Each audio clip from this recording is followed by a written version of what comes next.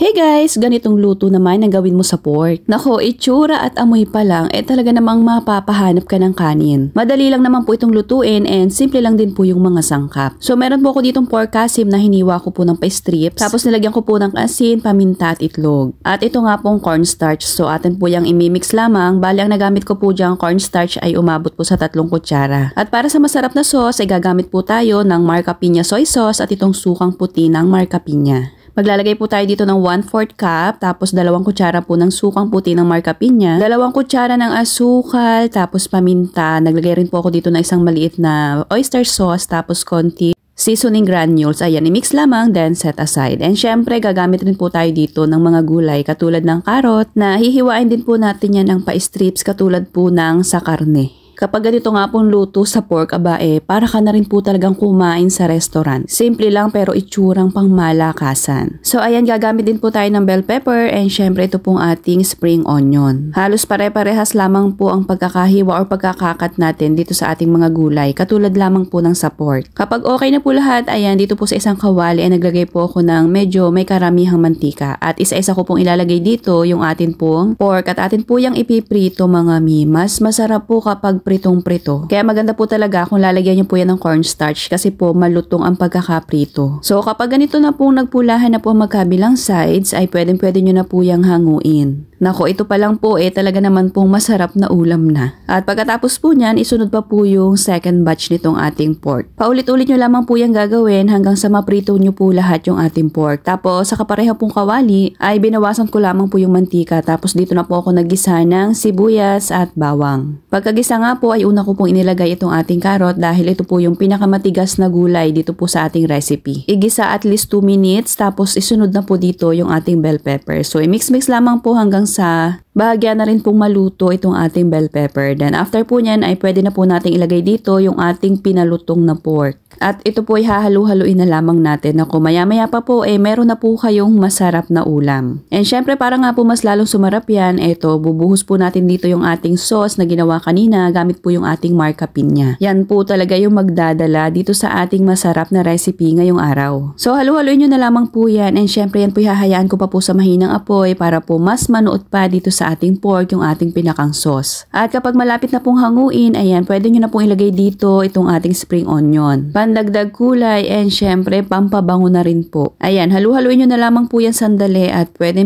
nyo na po yang hanguin. Nako mga mi, napakabango po nito. Yung mga ganito pong recipe talaga namang madalas mo lang makikita sa mga mamahaling restaurant pero kaya-kaya mo namang gawin sa bahay dahil bukod po sa madali lamang naman pong gawin, simple lang din naman po yung mga sangkap. At eto na nga po, after ilang minuto, ayan na, meron na po tayong masarap na ulam. At kung umabot ka nga po hanggang dito sa part ng ating video, pakipusuan nyo naman po itong ating recipe and syempre, pakifollow nyo na rin po itong ating munting kusina and mag-comment na rin po kayo kung nagustuhan nyo po ba yung recipe natin ngayong araw. Napakasarap po nito, nagtatalo po yung konting asim, alat at tamis na talaga naman pong bagay na bagay sa kanin. So serve and enjoy!